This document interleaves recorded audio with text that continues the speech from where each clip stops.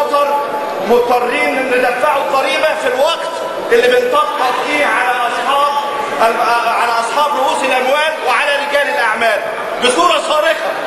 المشروع القديم للقانون ومشروع الحكومه اللي قدمته ومشروع الشورى المقدم الينا قال يا ريس ان المستشفى المبنيه على 10 أفدنة المفروض طالما انها لغرض استثماري تدفع ضريبه. الجامعه المبنيه على 10 أفدنة المرافق والخدمات بتصل اليها من مال الشعب تدفع ضريبه.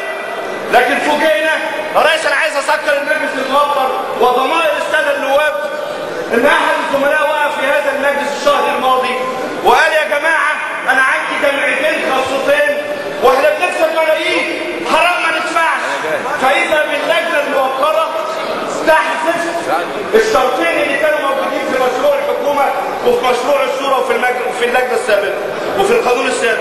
انا عايز اسال سؤال يا ريس، به من مشروع القانون ذاتها موجوده في الماده 21 في الماده 11 ناقشناها ومحطوط لها الشرطين الا يكون في من اجل الربح وان تكون تابعه للجمعيات الخيريه.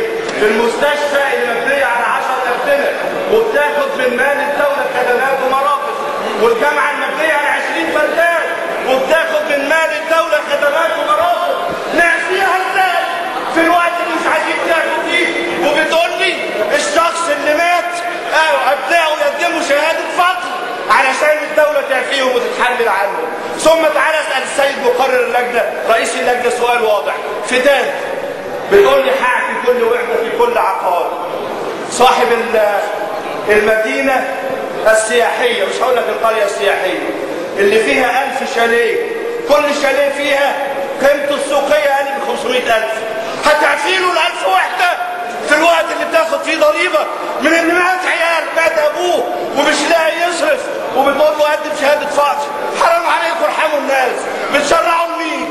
ده تشريع معمول لرجال الاعمال بيطبطب عليهم وبيدوس وبيدس الشعب الغلبان من الطبقه الوسطى. ارفضوا رفض ده.